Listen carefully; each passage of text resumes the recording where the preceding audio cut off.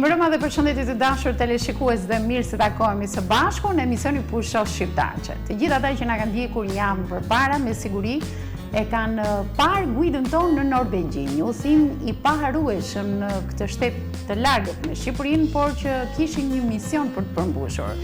Banda muzikore The Door në 20 vjetorin e saj, por edhe her pas here, në rrugtimet apo udhëtimet që bën në drejt Norvegjisë, bëhet pjesë e festivalit të mundësive ku konkuron mes 8 bandave të tjera muzikore.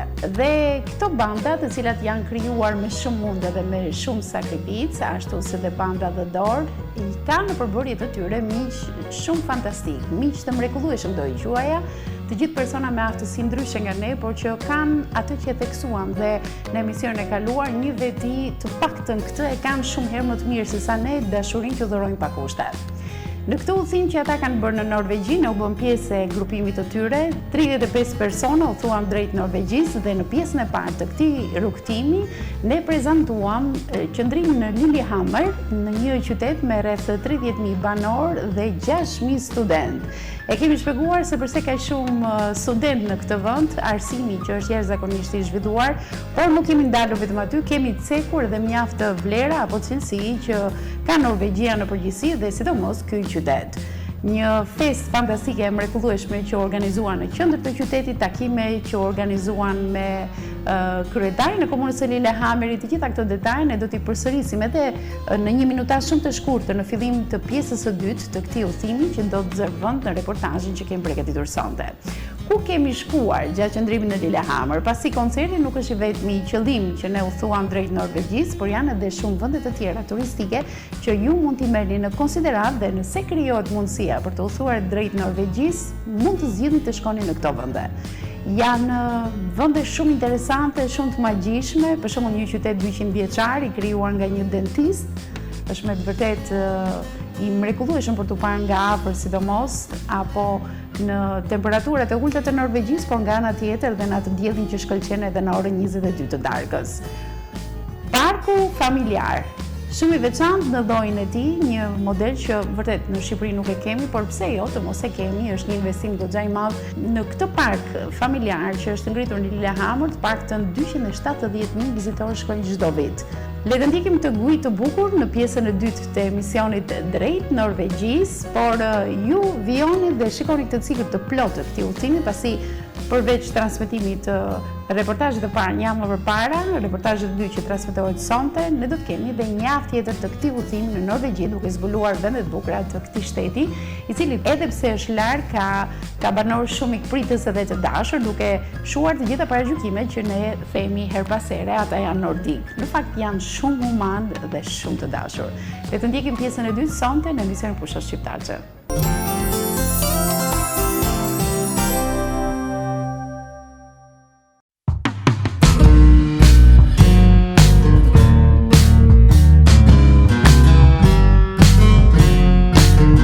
Një javë më parë në emisionin Pusho Shqiptarçe paraqitëm një pjesë të udhëtimit tonë në Norvegji.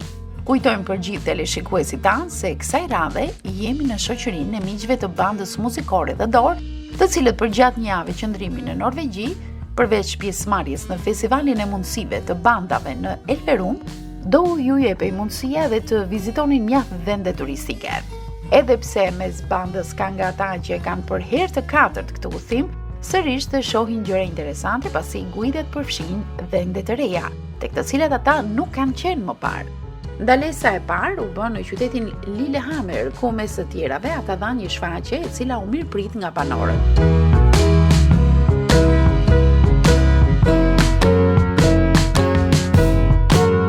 Po ashtu një takim i përzemërt u zhvillua mes kryetarit të komunës dhe nën kryetares së bashkisë së Shkodër, zonjës Teuta Qyteza, drejtorit ekzekutiv të The Door, zotit Kastriot Faci dhe miku ton të mrekullueshëm, menaxheri i bandës muzikore të këtij qyteti, zotit Falk Bake. Na u dha mundësia të njiheshim sadopak me qytetin e banuar nga rreth 30.000 norvegjez dhe jemi gati tashmë të prezantojmë edhe vende të reja.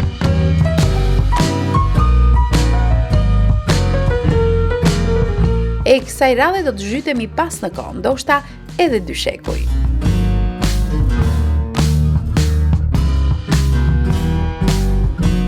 Kisha me shufra Garmo është një kishë me shufra e vendosur në muzeun Maihaugen në Lillehammer në Inlandet, Norvegji. Është një nga kishat me shufra më të vizituara në Norvegji. Në vitin 1882, kisha u çmontua dhe ju shit Anders Sandvik, i cili e solli atë në Lillehammer, ku u rindërtua në Maihaugen në vitin 1920-1921. Andres, me profesion dentist, konsiderohet si themeluesi i këtij qyteti të vjetër antik. Ai mblodhi nga shtëpitë dhe oborret e vjetra të fermave brenda Gudbrandsdalen për të ofruar një mostër të kulturës dhe historisë norvegjeze në një muze. Ai filloi fillimisht në oborrin e tij, por koleksioni i tij u rrit në vitin 1901. Këshilli i qytetit i ofroi atij një vend të përhershëm për muzeun.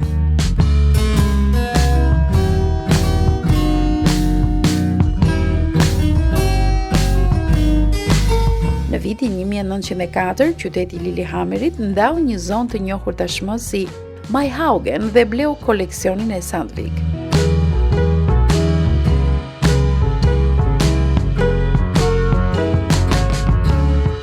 Sandvik fillimisht u punësua si kurator pa pagesë, por më vonë u emërua drejtori i parë i muzeut.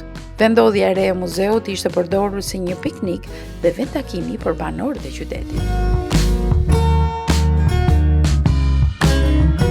Njerëzit ishin takuar këtu për të festuar ditën e kushtetutës norvegjeze dhe për të ndezur zjarre për natën e misverës. Kjo është forma se si këto shtëpiat me modelin e barit në qati janë në bazë. Janë marrë disa shtresa të ndryshme të Korsfems të këtij blepit bar këtu, të cilat janë zhdesh, janë tha, janë përpunu dhe janë vendosur një nga një. Mirë po, masi ka vendosur domethënë një izolim, janë shku disa kallep nga toka me bar, të cilat janë vendosur dhe kanë kryer një shtresë izolimi, termoizolimit. Kur ka ra shi, bari është ushqy, është rrit, kur nuk ka kanë shi normalisht është tha, si të thasha më parë këto gort kanë shërbyer për me leju ujin me ra poshtë. Është bërë edhe kjo prita këtu që është lidhur me pjesën e trarëve të shtëpisë, por gjithmonë është izoluar përveç se është trajtuar me flak, është izoluar edhe me lëkurë edhe pjesa e kontaktit me ujin.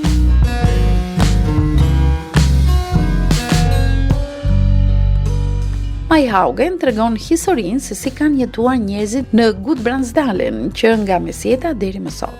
Institucione shoqërore si një kishë, shkollë, postë, stacion hekurudhor, dyqane, burgje dhe objekte ushtarake përfaqësojnë të gjitha në muze.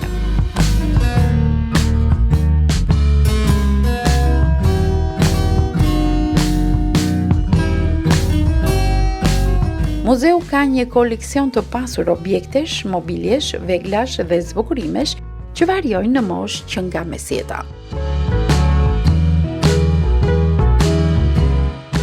Që është kështu? E kuptova.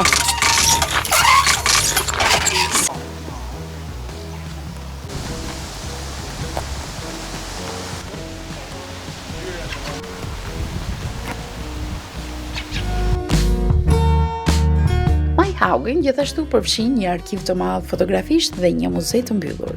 Të ndërtuar në vitin 1959, ato u zgjeruan në përgatitje për lojrat olimpike dimërore të vitit 1994 të mbajtura në Lillehammer. A nuk është befasuese për ne që vim nga Shqipëria të shijojmë këtë diell në orën 22 të darkës me gjithë këtë gjelbërim?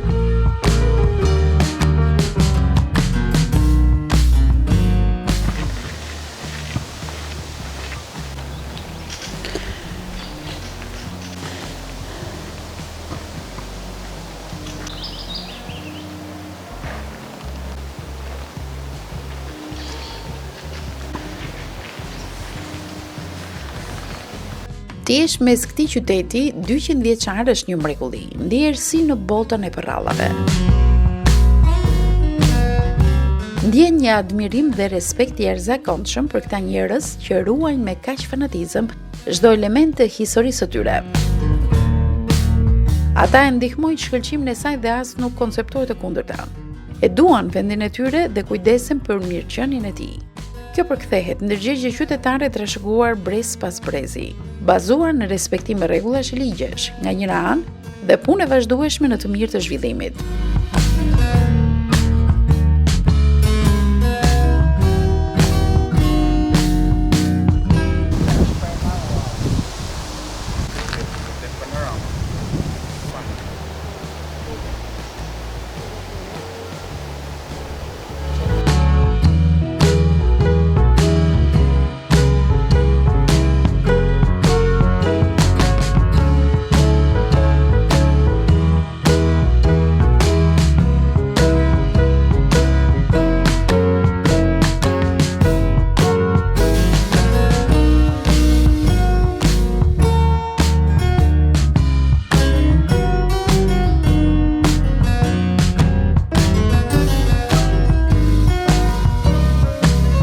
E mes këtyre mendimeve, duke mos ju shmangur krahasimeve Shqipëri-Norvegji, përshkojmë gjithë qytetin e vjetër dhe rikthehemi në hotel, aty ku atmosfera nis e ndizet nga këngët e bukura shqiptare, e sidomos ato shkodrane.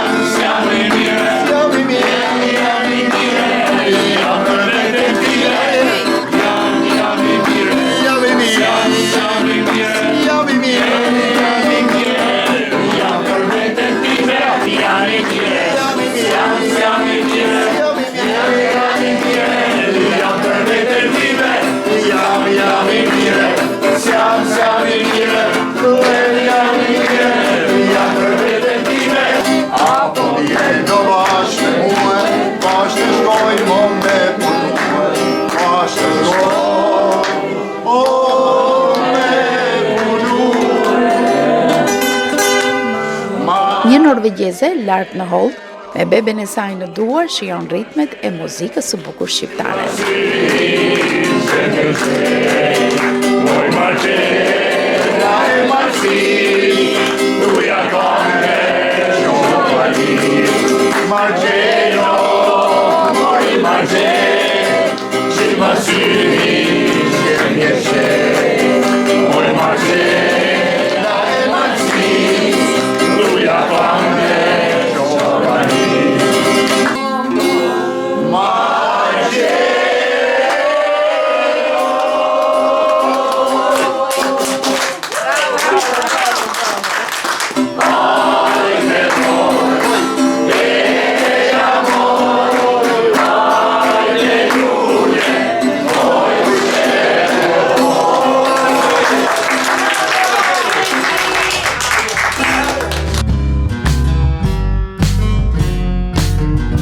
Vendi ku kemi qëndruar është shfrytzuar edhe nga sportistët, sidomos gjatë lojrave olimpike dhe ato dimërore të zhvilluara këtu.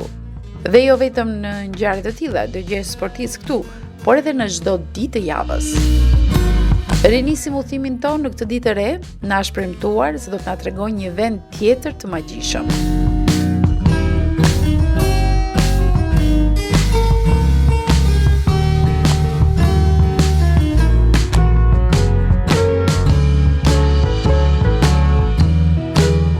Shumica e turistëve që udhtojnë në Norvegji lëvizin me makinën e tyre. Rrugët e hyrjes në vend janë të shumta. Nëse jeni duke menduar të udhtoni në Norvegji me makinën tuaj, është me rëndësi jetike që t'i kushtoni vëmendje të veçantë të maleve dhe rrugëve të shkreta, pasi her pas here kafshët, drerët e të tjerë kalojnë në përshtigje.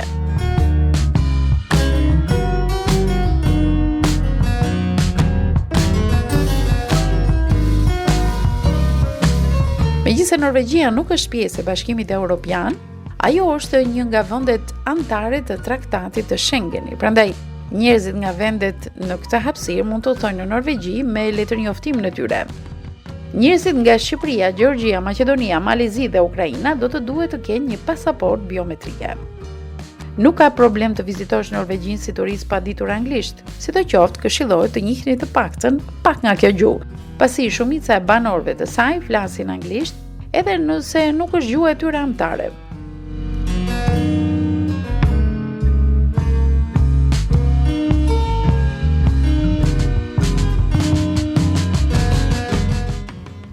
Cilat do të ishin datat ideale për të vizituar vendin? Kjo varet nga qëllimi juaj. Për të qenë në gjendje të shihni dritat e veriut, do të duhet të udhtoni në dimër, megjithëse temperaturat janë jashtëzakonisht të ulta. Në verë moti është më i favorshëm dhe në veri mund të shihni diellin e mesnatës, ashtu siç e pam dhe ne. Jeri shumë mirë.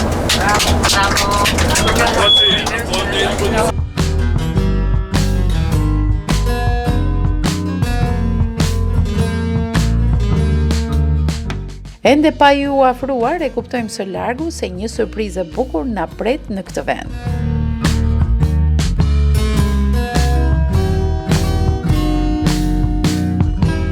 Hammerfossen Familjar Park është një park argëtimi në veri të Lillehammerit, në provincën Innlandet në Norvegji.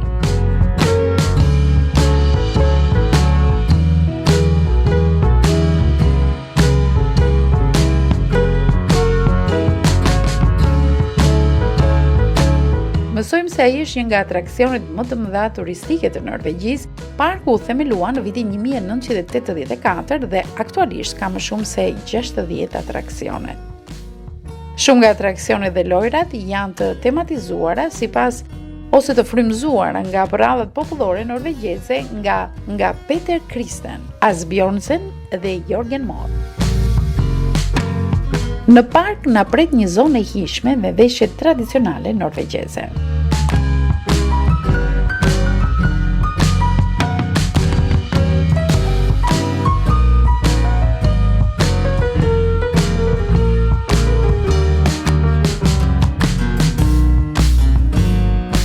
Hello everyone, my name is Ida.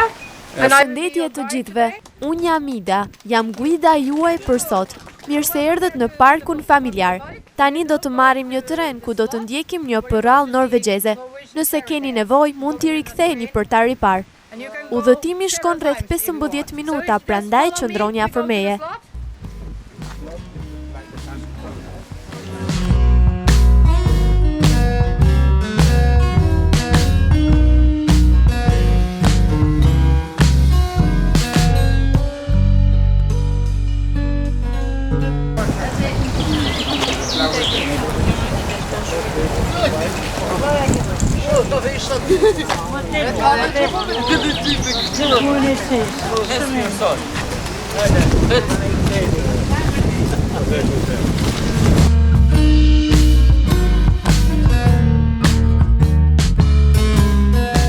Këshilla që gjen këtu, e punuar tërësisht prej guri, është tejet madhështore dhe ka efekt të menjëhershëm në psikologjinë e çdo vizitori për të futur në botën e përrallave.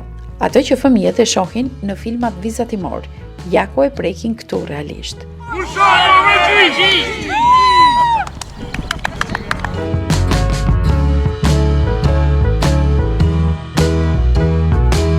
Pikërisht të në qoshe, e shikoni ku është bora atje, aty bajnë një hotel akullit. Pra nuk ndërtohet hoteli me mur edhe me terrasa e me bloqe, po ndërtohet quhet hoteli akull, edhe një kishë vogël e akullt, e cila ishte domethënë shumë fantastike. Edhe mund të thosh si ka mundësi që rrin, po rrin sepse temperaturat janë të ulta dhe shikoni edhe borën si është prezent akoma aty, domethënë nuk shkrin hala, pra kur t'i vinë ajo koha shkrin. E veçanta e saj atij hotelit ishte sepse kishte edhe një bar të vogël me pije. Dhe pijet nuk I fuqin në frigorifer se ishte vetë frigoriferi, po I leshin atë sipër në atë barin, në atë banakun e akut. E veçantë ishte se kishte edhe disa poste, I themi ne, leshit, me lkura, ku njerëzit hishin mbrëmje dhe flashin, si thonë ta, edhe u mbloshin me ta. Ishte shumë interesant si hotel, edhe rreth 250 euro bate nata për me fjet atje te ky hoteli. Fjetjen e bashin te ky hoteli këtu I akull, ndërsa mjeshtin e bashin tek hoteli normal që kishin aty. Një gjë tjetër e veçantë është që dushet e këta I kishin atje, nuk I kishin hotel. Parku është I bukur dhe ka atraksione për të gjithë familjen.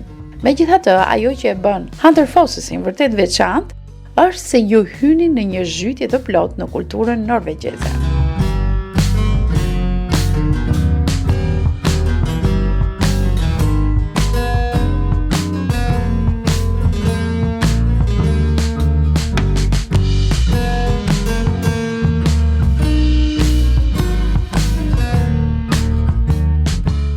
Befasi avion me takimin që patëm me princeshën. Ajo qëndronte e hijshme ulur në një tavolinë mbretërore dhe në gjuhën norvegjeze mirëpret vizitorët këtu. Zakonisht hyrjet bëhen në grupe, të cilat e rrethojnë princeshën dhe dëgjojnë fjalët e ëmbla të saj.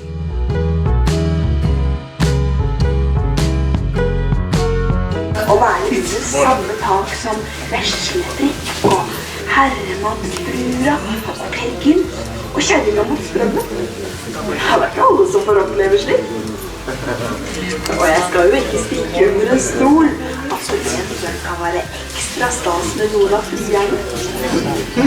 Men enten de heter S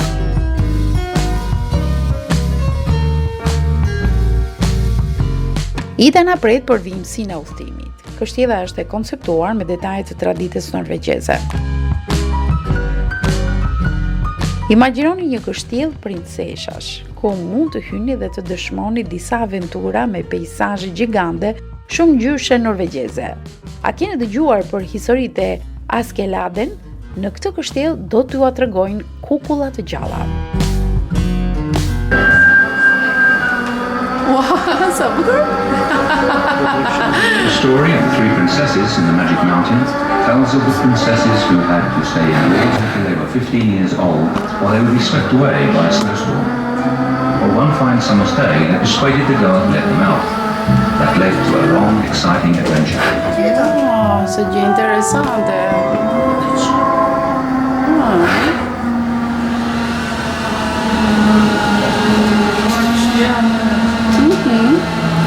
The princess who always had to have the last word is the story of the king's daughter, who was so wayward and willful in her speech that no one could talk her down. The king promised to give her and half his kingdom too to whoever could make her hold her tongue. Peter and Paul, sitting there on the right, tried hard, failed and got branded on both ears. But Askeladen, who picked up all sorts of things on the way, and he used them so that she had nothing left to say.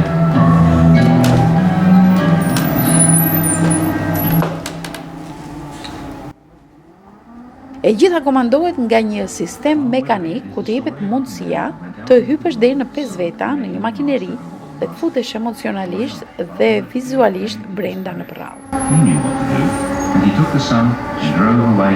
Na kënaq fakti teksa shohim personazhe në përmasat trupore tona me veshje tipike të një kohe shekuj më parë.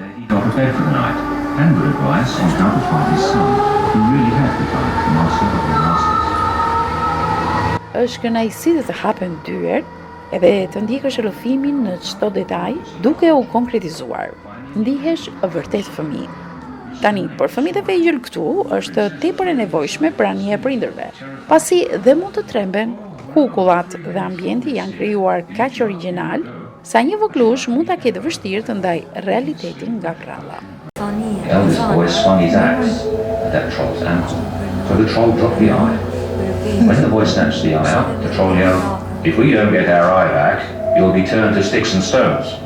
"I'm not afraid," said the boy. "Shut up or I'll chop down all three of you." Then the trolls were afraid and gave the boys gold and silver to get their eye back.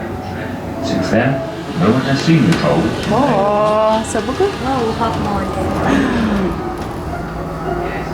Henrik Ibsen was in debt to a fine tradition of legends and storytelling rooted in Norway's greatest valley, Gudbrandsdal. He walked up the valley himself in 1862, stopping first at Knossos, near Knossos. When he wrote Birgit, he was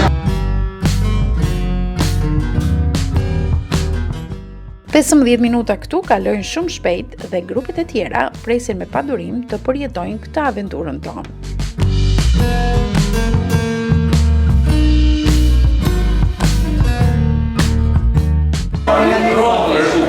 Super, huh?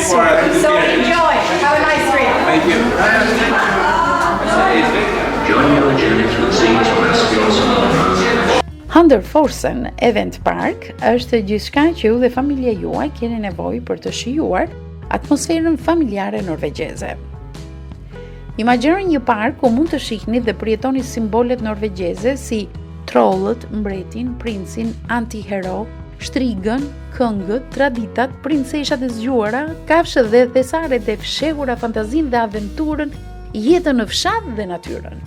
Imagjinoni të gjithë këto elemente në një vend. Ky është Hunderforsen Event Park.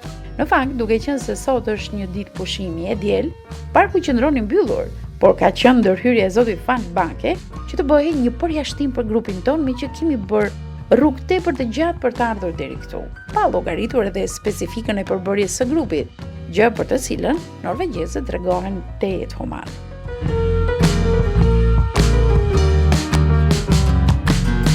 Edhe pse sipërfaqja e parkut është e madhe, sa konsiderohen mbi 60 atraksione që mund të vizitosh, kuptohet që për shkak të kohës ne do të vizitojmë një pjesë fare të vogël të tyre, por gjithsesi tepër të këndshme. Një dhalesë tejet interesante bëhet te statuja e gjigandit ose ndryshe gogolit, prallave norvegjeze.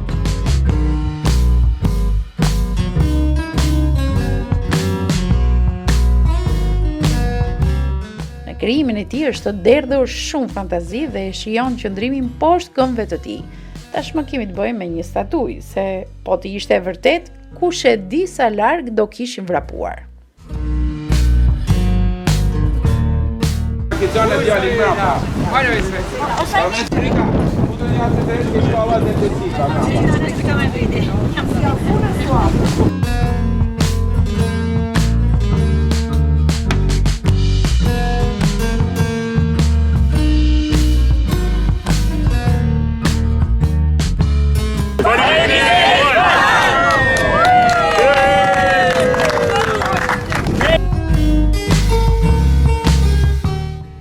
Të kënaqet syri kur shikon edhe përtej parkut gjithë natyrën që e rrethon.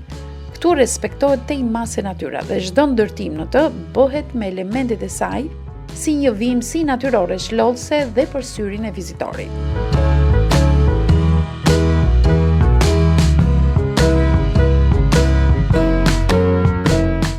Ja dhe një park i aventurave, një shkallë vështirësie të larë, por që neve na u kujtua parku i aventurave i sapo ndërtuar në Puk.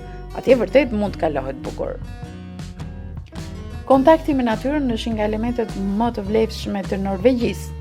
Në Hunderforsen ju gjeni ajër të pastër, shtëpi prej druri, shkure boronica, shlure të egra, gjithçka në harmoni. Hunderforsen është një vend ku mund të kaloni gjithë ditën, nga hapja në orën 10:30 dhe deri në darkë. Dhe ja një takim tjetër interesant. Kem të bëjmë me lama, një specia mes deles edhe deves.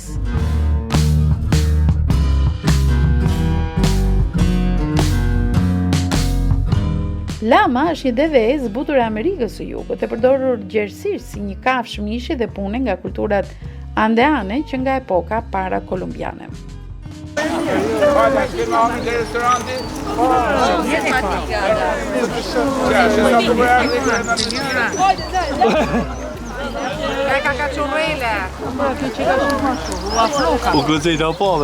Lamat janë kafshë shumë shoqërore dhe jetojnë me të tjerët si një tufë.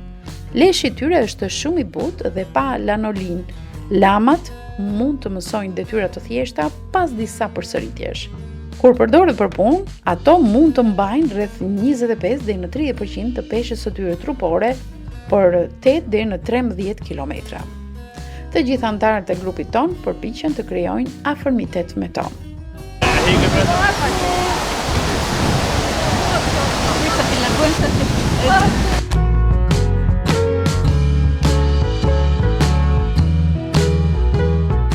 Vion udhëtimi mes për mes parkut. Temperaturat janë pak të ulta për ne që kemi lënë një Shqipëri të ngrohtë kur u larguam.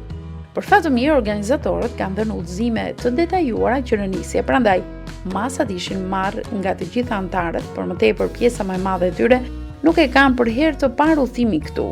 Kështu që tashmë janë mësuar me klimën e Norvegjisë.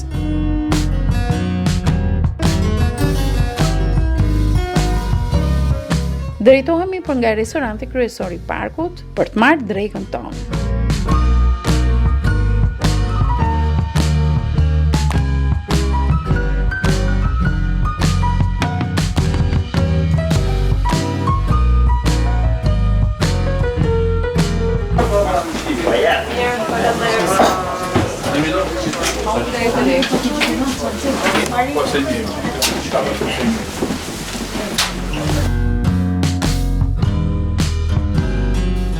Këtu ndërtimet e biznesit janë tepër të kufizuara. Nuk mund të hap çdo kush lokale, restorant ashtu siç ndodh në Shqipëri. Restorantin që gjetëm do e quanim Muze më vete. Këtu vijon në harmoni të plot, jetë e përhapur tradita në të gjitha ambientet. Thjeshtësi dhe hijeshi, harmoni ngjyrash, pa ngarkesa, detajsh dhe larg luksit.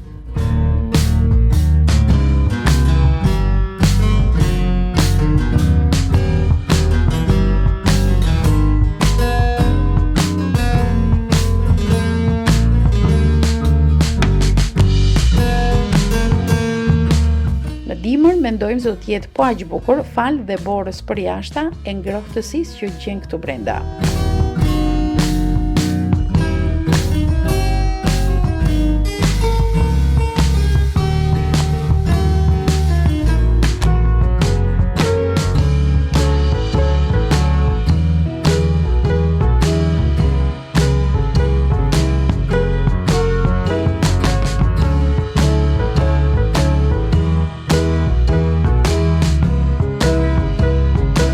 Autobusi mbërri në kohë, ka një përpikmëri të jashtëzakonshme të zbatimit të orareve këtu. Është pjesë e pandare e kulturës së norvegjezëve.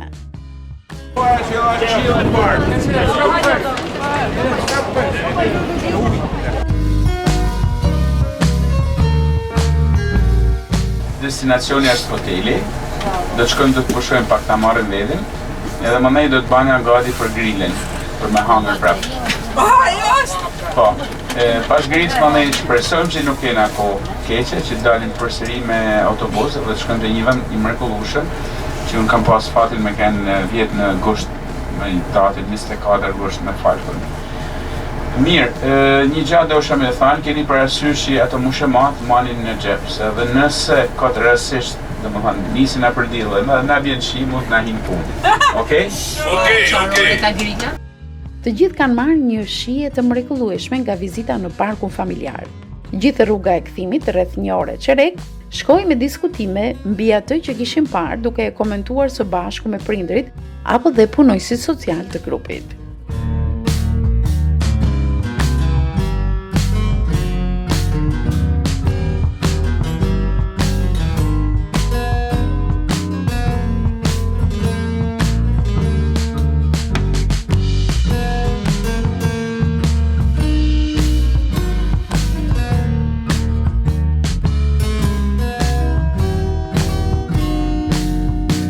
Udhëtimi i kthimit do të kaloj me këto biseda alternuar me peizazhet mahnitse që na shoqërojnë.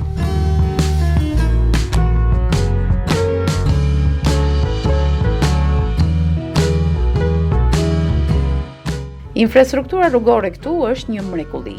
Nuk është fjala për gjerësinë e rrugëve, sesa cilësia në punimin e tyre apo dhe sinjalistika shoqëruese. Askund asnjë grop apo ndonjë riparim i dobët. Ti udhton totalisht i qetë edhe shpejt.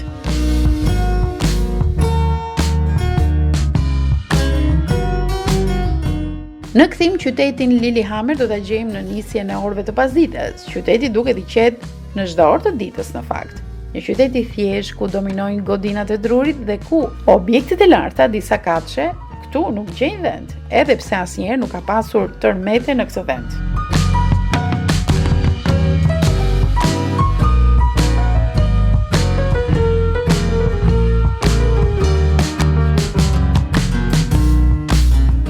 Në orën 17:30, sipas njoftimit që bëri drejtori ekzekutiv i The Door, zotit Kasriot Faci, do të organizohet një grill gatime në zgar.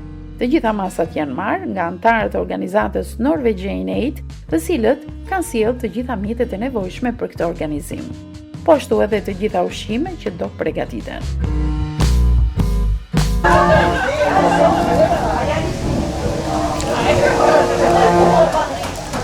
U zgjodh një vend mes vilave në zonën periferike, ku është bërë dhe akomodimi ynë. Një freski dhe një arome mrekullueshme gjelbërimi që e bëri qëndrimin ton shumë të rehatshëm.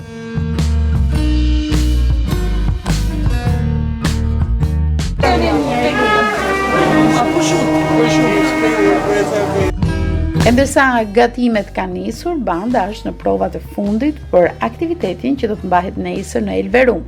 Kuptohet që emocionet e paraqitjes në festivalin e bandave i kanë pushtuar, por aktivitetet e tilla, jo vetëm ato që organizuan gjatë të paradites, por edhe ky grill tani do ua heq sadopak emocionet.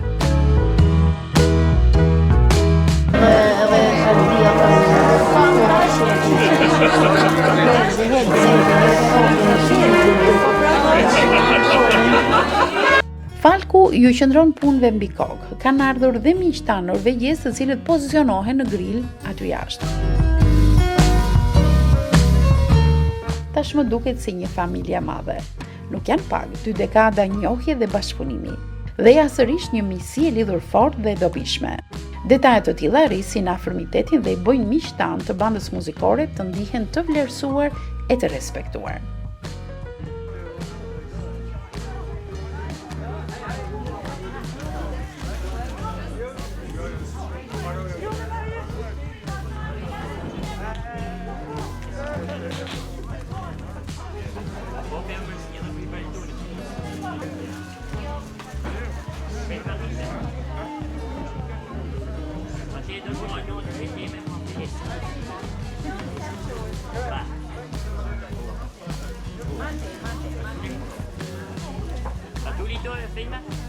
Gatimet e grillit kanë dalë vërtet të shijshme. Gjithë grupi po i shijon. Mjaft interesant qëndrimi në Norvegji. Në fakt, për teleshikuesin mund të duket shumë koha një javore, por në realitet çdo ditë ka pasur një organizim të veçantë, ku koha ka kaluar mjaft mirë dhe kemi parë gjëra shumë interesante. Sa më shumë që udhton, aq më shumë kupton se sa pak e njeh botën.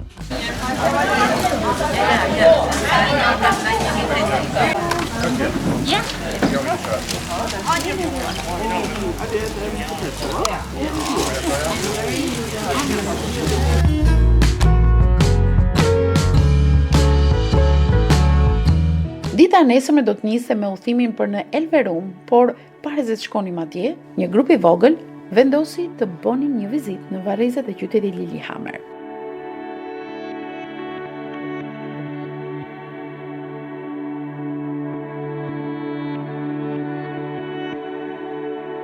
Në një mënyrë apo tjetër kishim dëgjuar diçka rreth arsyeve që e shtyi në Falk Bake në gjithë këtë mision human të tij. Histori nga ku buron gjithë vullneti e dashamirësia e tij e zbuluam sadopak në pjesën e parë të reportazhit ton drejt Norvegjisë dhe u premtuam teleshikuesve se detajet do ua tregonim në pjesën e dytë. Një vizitë homazh në varrin e Elizabetës, bijes së Falkut, të cilën ai e humbi në vitin 2012. Çfarë ka ndodhur me Elizabetën? Përse babai gjen forcë se kujtimi i saj dhe shfaq dukshëm humanizmin ndaj personave me aftësi të kufizuar.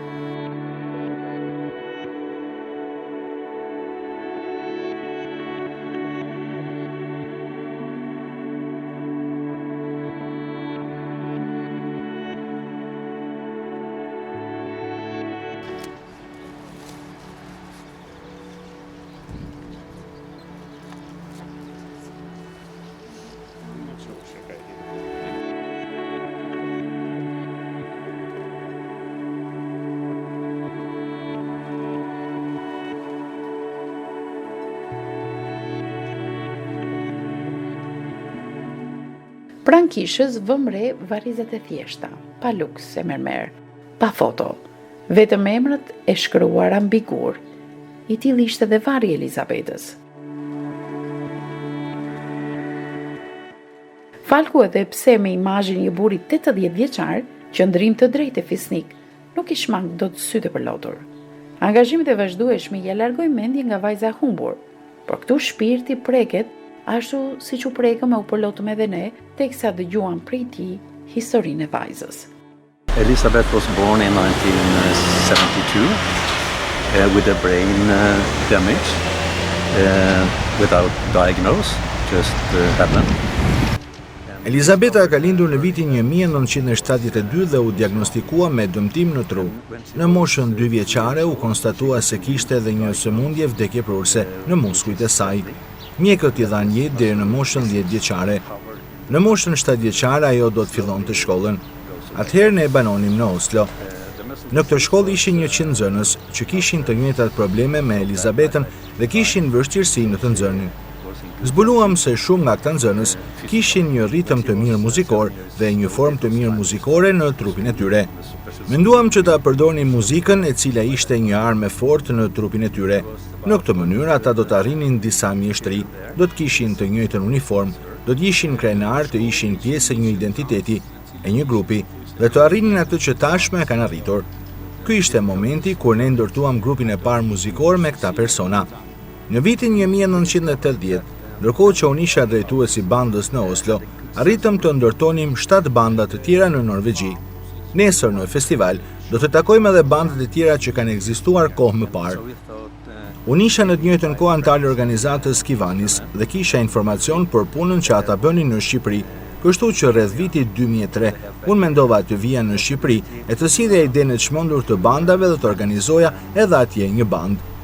Qëllimi ishte i ngjashëm me këtu, të nxjerrim nga errësira një dritë me një grup njerëzish që kishin nevojë për këtë. Dhe ja, shikoni sot rezultatin. Patëm një takim me zotin Skënder Hasani, drejtori i shkollës speciale në Shkodër, të cilit i pëlqeu ideja. Atëherë u ktheva në Norvegji dhe nisa të grumbulloja fonde dhe instrumente për bandën. Kam dëshirë që ta theksoj se banda që vjen nga Shkodra është një ndër bandat më të mira që kemi, sepse ata luajnë në mënyrë perfekte dhe emocionale.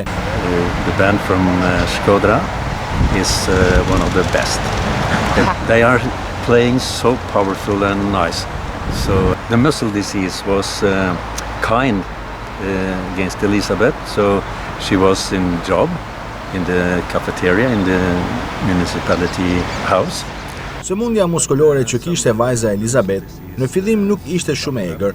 Ajo arriti të punësohej në një kafeteri në qytetin e Lillehammerit, por në një moment sëmundja e saj u bë shumë agresive dhe reduktoi lëvizjen e saj duke detyruar të përdorte lëvizjen me karrocë. Sëmundja i kaloi në 2 këmbët, si dhe në kordokula, në shpatulla dhe në krah. Deri këtu po përballohej.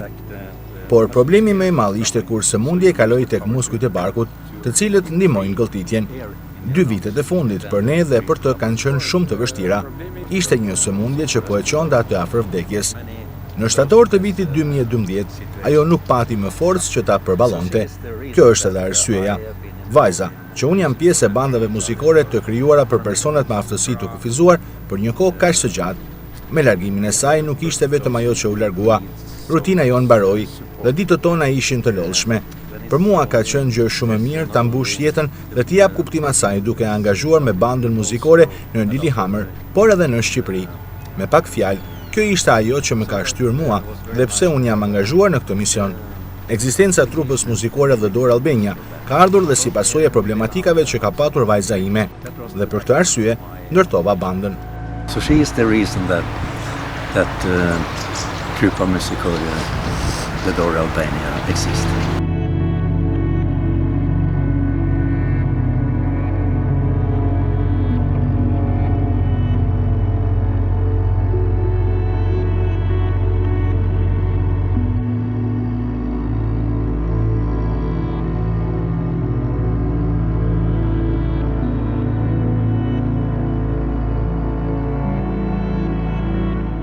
Nuk e kemi të lehtë të largojmë emocionet trishtuese që përjetuam tek varri i Elizabetës, por në këtë keqardhje dominon admirimi për tatin, Falkun.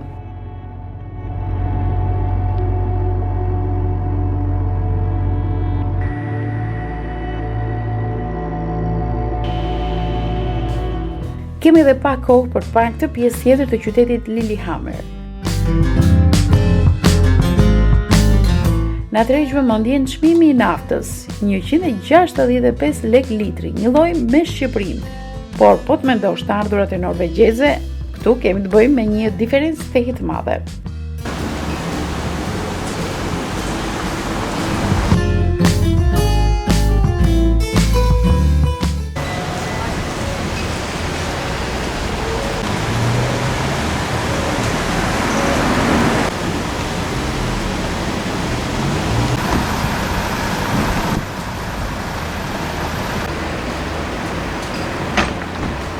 Në qytet do t'i vësh re të dy brezat, edhe të moshuarit, por edhe të rinjt. Në emisionin e kaluar ne treguam se këtu ka rreth 6.000 studentë që ndjekin universitetin. Edhe pse qyteti nuk ka më shumë se 30.000 banor, ka një sistem arsimor mjaft të mirë dhe universitete konkurruese në Europë, prandaj zgjidhen shumë nga të rinjt.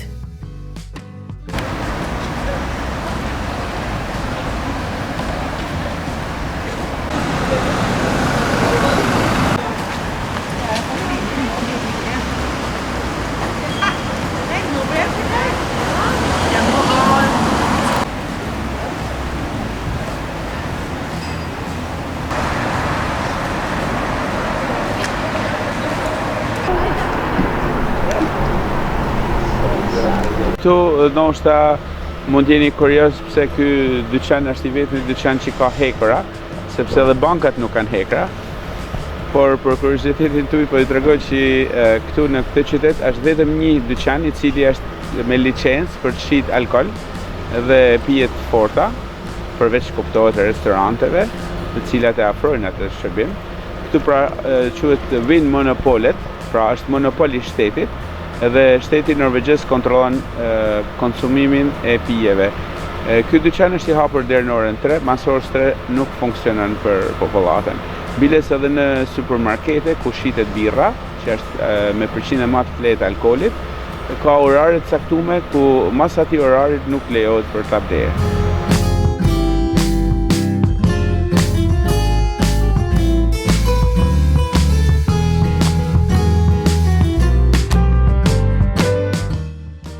Këtu fare më mirë mund të thuash se ndodhesh në një qytet pijesh. Ka një larmidhje e jashtëzakonshme sa mund të kaloje orë ditë duke lexuar etiketat e parë burimin e vendeve nga ato vin. Për me rrit vena kualitetin e saj, këta kanë me një frigorifer mrena dyqanit. Pra në këtë moment na mund him në frigorifer dhe shojmë venat. Por, parasysh njerëz të të më dhe në venat ndryshme, cilat variojnë nga 639 krune, parë norvegjeze, në 845. Për kuriozitetin tanë, po shikojmë sa bani shishe vend, 999, atëherë 999, 999, janë 87 euro për shkak një shishe vend. Kjo është edhe kursi, konvertiumi, që i bëhet nga krune në euro.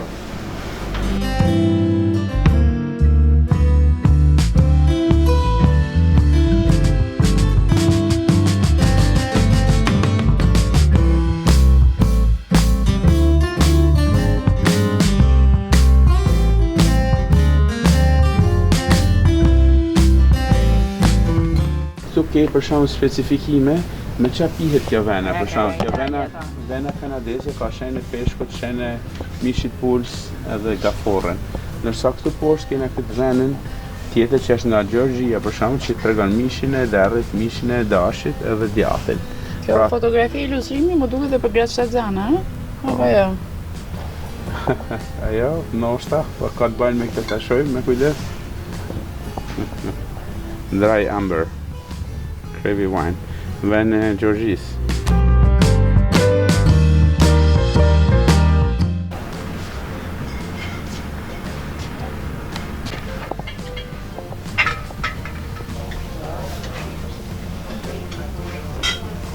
Vodka. Što kažem? Akvarium i vodka.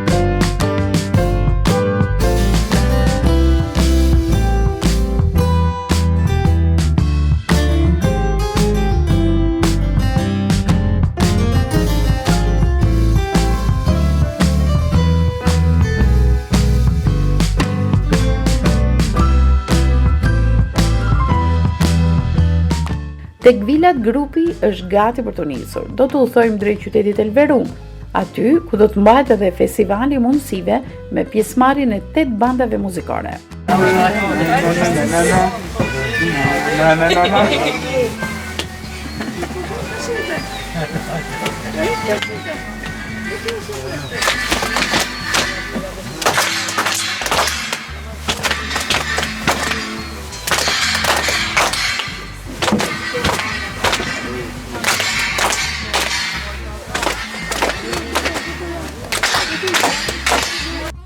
Por në Elverum do të udhtojmë rreth 2 orë, por udhëtimin e bën interesant Kasrioti, i cili e njeh mjaft mirë këtë vend për 20 vitesh.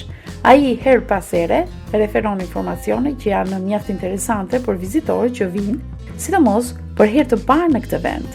Na bën përshtypje fakti se përgjatë një jave qëndrimi në Norvegji nuk hasëm asnjë policë rrugës, nuk patëm mundësinë të shohim as uniformën e tyre. Këtu dhe taksat e kalimit të rrugës apo autostradave të vinë në shtëpi përmes faturave ose në sistemin tënd elektronik ku bën pagesën. Udhëtarët nuk duhet të pengohen gjatë kalimit të tyre në rrugë. Ja, me të tilla të dhëna, as nuk do I kuptonin fare ato 2 orë udhëtimi për në Elverum. Po, kush është ky qytet? Si u mirëpritëm aty? Si u organizua festivali? Dhe si ishte paraqitja bandës son? Do t'u arrëfejmë në pjesën e 3 të ciklit drejt Norvegjisë, pikërisht këtu, në emisionin Pusho Shqiptarçe. Ruajini kurreshtjen pas pak ditëve në rrëfimin e radhës.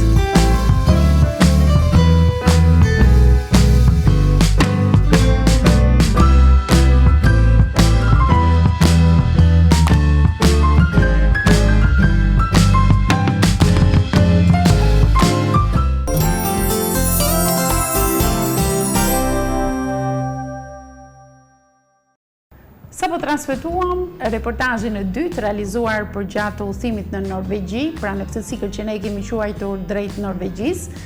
Në pjesën e parë tashmë janë zbuluar ato gjëra interesante të cilat edhe I treguam duke I përsëritur gjatë fillimit të reportazhit të dytë, por do doja që ta mbani këshërinë ende pasi një emision I tretë po përgatitet në javën e ardhshme në transmetimet e emisionit Pusho Shqiptarçe për të zbuluar gjithë gamën e gjërë apo variantet e shumta që ofron Norvegjia, edhe nëse do qëndrosh një javë në Norvegji, për të parë këto vende specifike me një emër dhe reputacion mjaft të mirë dhe në botë, sidomos në fushën e turizmit. Ritransmetimin e emisionit ju do të keni mundësi ta ndiqni nesër në orën 15:30, ndërkohë ju lë në shoqërinë e programeve të këtij televizioni. Natën e mirë.